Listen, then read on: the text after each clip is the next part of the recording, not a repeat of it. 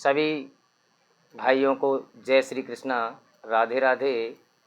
भाइयों, वैसे मैं वीडियो बनाने का ज़्यादा शौक़ नहीं रखता हूँ, लेकिन कुछ भाइयों ने हमारे पास जो फ़ोन किए हैं और मैंने जो सोशल मीडिया पर देखा है, इस समय एक वीडियो बहुत वायरल हो रहा है। ये डिस्ट्रिक्ट इटावा में हमारे कुछ कथावाचक भाई श्रीमद् भागवत कथा को करने के लिए एक ब्राह्मण गांव में पहुंच गए, जहां पर उन ब्राह्मणों ने उन हमारे कथावाचक भाइयों के साथ में गलत व्यवहार किया है। सोशल मीडिया पर ये वीडियो बहुत तेज़ी से वायरल हो रही है। तो मेरे दिमाग में एक बात आई है, जो मैं इस वीडियो के माध्यम से बताने जा रहा हूँ कि ब्राह्मण लोग अगर इसी तरह से अभद्र भाषा का प्रयोग करें, इसी तरह से अगर ये अपनी करतूतें दिखाते रहे, तो भाइयों ये आप चुपचाप कब तक बैठोगे बताओ। क्योंकि मेरी नज़र में जो बात आई है वो मैं बताने जा रहा हूँ। अगर उन लोगों को उनसे कथा नहीं करानी थी तो भाई मना कर देते, मुझे आपसे कथा नहीं करानी है। और फिर कथा करानी थी इसीलिए तो आपने पहले बुक किया था उन्हें, उनके पास आप गए थे कथा बुक करने, तब उन्होंने कथा की, आपके गांव में आए। चलो आपको पहले से नहीं पता था, वैसे वो लोग बता रहे हैं कि इन लोगों को पता है, और मुझे भी पता है कि वो लोग कोई ऐसे साधारण व्यक्ति नहीं है जो अपनी जाति छिपाएंगे। लेकिन पता होने के बावजूद आप जब गांव में लेकर के आए और गांव में आ गए, आने के बाद में उन्होंने पहले दिन कलश यात्रा भी करवाई। पहले दिन आके जो भी काम था सारा काम करके और कथा विराम करके शाम को जब भोजन के लिए आपके पास गए हैं, तब आप लोगों ने उनसे जाति पूछी है। उन्होंने साफ खुले शब्दों में बताया मैं यादव समाज से हूँ। तब आप लोगों ने उनके साथ में अभद्रता की है। भाइयों, आप लोगों की, ये ब्राह्मण समाज के लोगों की बहुत गंदी सोच है।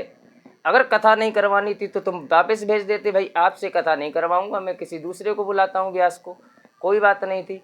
आपने एक काम बहुत गलत किया है ब्राह्मण समाज ने उनके साथ में, कि उनकी जो शिखा थी, जो चोटी थी, उस चोटी का मुंडन आपने करवाया है ना। और आपने कहा है कि चोटी रखाने का अधिकार किसी को नहीं है। चोटी का रखाने का अधिकार सिर्फ ब्राह्मणों को क्या? भाइयों, सनातन धर्म में हर सनातनी को चोटी रखाने का हक है, हर सनातनी को तिलक लगाने का हक है। और आप कैसी बात कर रहे हो कि चोटी क्यों रखाई तुमने?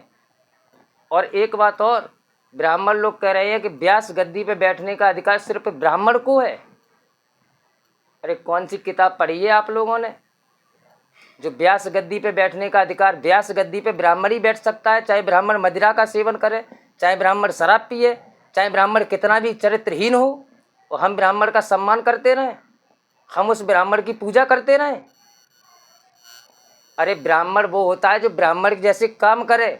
आप काम चाक्षुषों जैसे कर रहे हो और कह रहे हो ब्राह्मणों को गद्दी पे बैठने का हक है।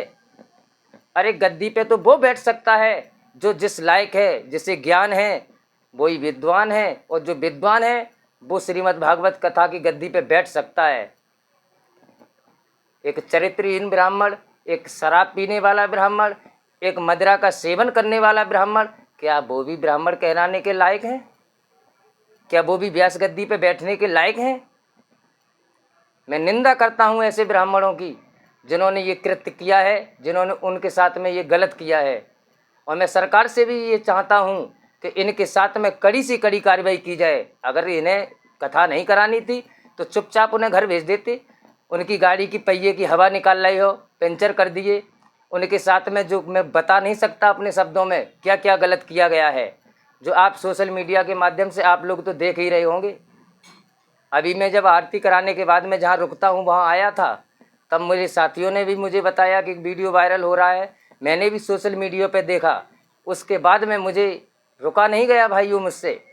और मैं चाहता हूँ कि हर किसी सनातनी को बोलना चाहिए इस मामले में। चुपचाप बैठोगे तो कब तक बैठोगे? यहाँ पर धर्म नहीं पूछा गया, यहाँ पर सिर्फ जाति पूछी गई कि आप किस जाति के हो। भाइयों, ऐसे अत्याचार नहीं चलेगा। और मैं कहता हूँ कि हर सनातनी को सामने आकर के इनके खिलाफ आवाज़ उठानी होगी, क्योंकि गंदे होने के बाद भी हम बर्दाश्त नहीं कर सकते तुम्हें। तुम पूजनीय नहीं हो।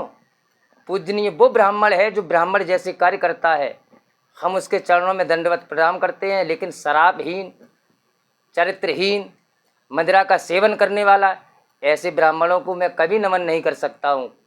और न ऐसे ब्राह्मण गद्दी के लायक हैं। जो किसी भी जाति का हो व्यास गद्दी पे बैठ सकता है अगर उसका चरित्र अच्छा है, यदि वो विद्वान है, उसे ज्ञान है, तो यहाँ पर कोई भी जाति से संबंध नहीं होता है। क्योंकि भगवान ने किसी की जाति नहीं बनाई है, भगवान ने सिर्फ एक इंसान बनाया है, मानव। भगवान नहीं कहते हैं कि तुम यादव हो, कि तुम क्षत्रिय हो, कि तुम पाल हो, कि तुम राठौर हो। ये भगवान नहीं कहते हैं। यहाँ पर हमने अपने कर्मों के हिसाब से जाति बनाई। जिसने ब्राह्मण जैसे काम किए वो ब्राह्मण, क्षत्रिय जैसे कार्य किए वो क्षत्रिय, वैश्य जैसे कार्य किए वो वैश्य, शूद्र जैसे कार्य किए वो शूद्र। आज शूद्र जैसे कार्य आप कर रही है ब्राह्मण होकर के, और हम तुम कहो कि तुम हमें नमन करो, ऐसा कभी नहीं हो सकता।